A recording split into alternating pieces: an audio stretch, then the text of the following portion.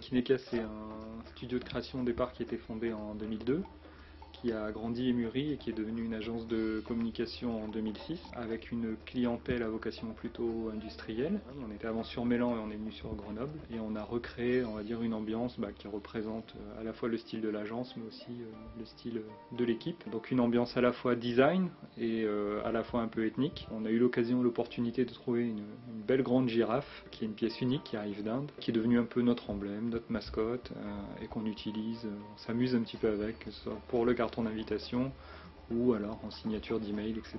Kineka au départ c'était un nom qui voulait pas forcément dire quelque chose, c'était plutôt un nom où moi je cherchais à commencer par la lettre K, qui était un peu une lettre tendance à l'époque en 2002. Voilà, et puis après un nom que je voulais simple, facile à retenir, donc aussi court dans la terminaison, voilà. Et puis c'est vrai qu'après une fois qu'il est sorti, on a regardé un petit peu, on a réussi à sortir le mot kiné qui était le mouvement, et ça allait bien dans le monde de la com. Et puis dans le logo, on a joué avec le K qui est une lettre d'une couleur différente pour accentuer le côté kiné-K. L'équipe elle est composée de 5 personnes. On a Sophie qui est notre assistante administrative, comptable et qui s'occupe aussi un petit peu du développement. Ludivine aussi qui est entrée récemment chez Kineka pour aussi m'aider à développer la structure. Et ensuite on a donc 3 productifs, donc Johan qui est le développeur webmaster, Betty graphiste et Colline graphiste et illustratrice. C'est un univers qui se mélange bien, chacun a ses points forts et amène sa compétence. Donc au niveau du graphisme, ce qui est intéressant c'est que Betty va avoir à la fois un côté assez carré, donc qui va très bien pour de la mise en page technique ou des choses comme ça. Et Colline a un esprit très créatif, donc avec l'illustration, elle amène tout de suite une petite patte en plus. Donc par exemple si on fait un logo, les lettres vont être complètement designées par Colline. On va vraiment au bout de la création.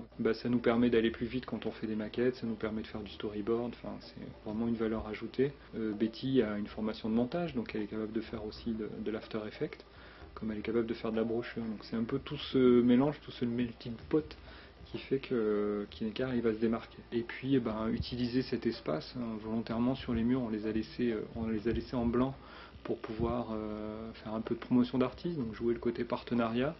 Donc là en ce moment on a deux collectifs qui exposent, donc un collectif de photographes qui a fait des photos industrielles sur Grenoble et qui a imprimé ça sur des plaques de métal, et un collectif, je dirais, de designers urbains qui sont à la fois des graphistes un peu touche à tout et qui ont fait des œuvres sur des skateboards. Voilà, ils sont en train de créer une nouvelle marque qui s'appelle Samurai, qui est une marque de streetwear. Voilà, donc l'idée c'est vraiment de laisser libre nos espaces pour les collectifs, pour les artistes qui ont envie. On ne sait pas combien de temps ça va durer, cette expo je pense qu'elle est partie pour, à mon avis, un bon trimestre. Et puis voilà, on a déjà d'autres pistes, d'autres artistes qui sont intéressés par ça. La différence qu'il peut y avoir chez Kineka par rapport à d'autres agences, c'est peut-être cette ambiance de travail, cet esprit qui est à la fois un esprit ouvert où les informations s'échangent vite, tout en restant professionnel dans notre manière de travailler. Mais il y a une espèce de convivialité qui est là, qui est peut-être un peu différente, et je dirais que chez nos clients, c'est ce qui leur plaît.